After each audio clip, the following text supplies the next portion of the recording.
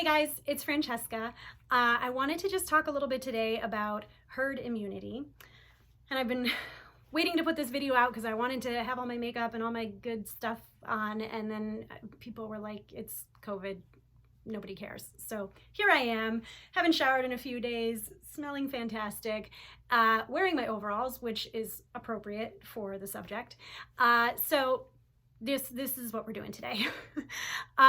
All right, so in part one, I'm just going to talk about herd immunity as a thing that exists, and in part two, I'll talk about herd immunity with coronavirus, SARS-CoV-2 specifically.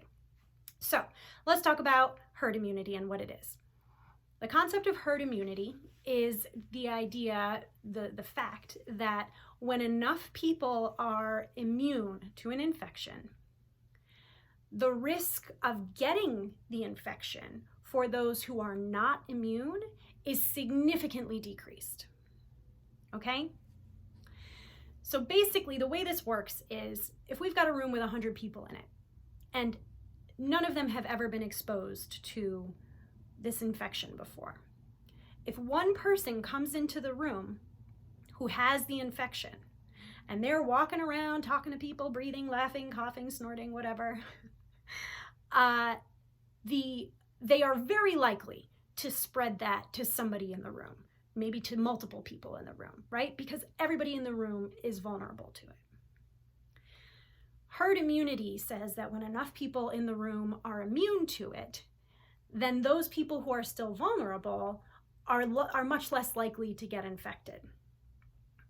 So for SARS-CoV-2, experts are saying, the number I see most often when I look at this is that we need around 70% of the population to be immune to protect those who are not. So now we're looking at a room that has 100 people in it, right? And 70 of them are immune.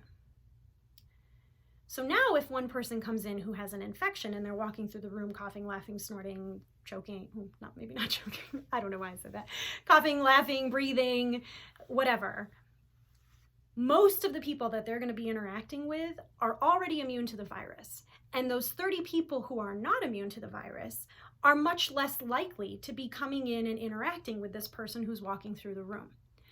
So not only are those people less likely to interact with this one infected individual, but the other people who are already immune, now instead of them potentially getting the virus and spreading it to someone else, they're like a little wall, right? The virus stops with them.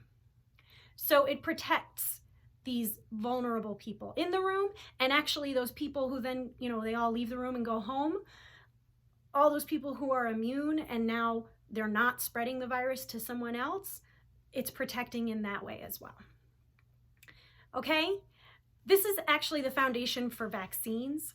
The idea is that if we can vaccinate enough people in the country and get them to be immune against these infections that have all sorts of nasty, sometimes deadly consequences for people, we protect the people who are most vulnerable. Whether those are people who are on medications that suppress their immune systems, or people who are elderly or pregnant, and so their immune systems are already sort of down, newborns, those groups of people maybe can't get vaccines and also would be very likely to get sick if they got the infection itself.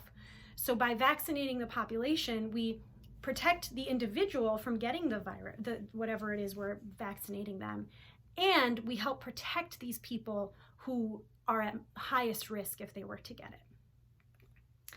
All right, I hope that helps. I'm going to make another video talking about how this relates to this particular virus, but this is something that people were asking about. All right, stay safe, bye.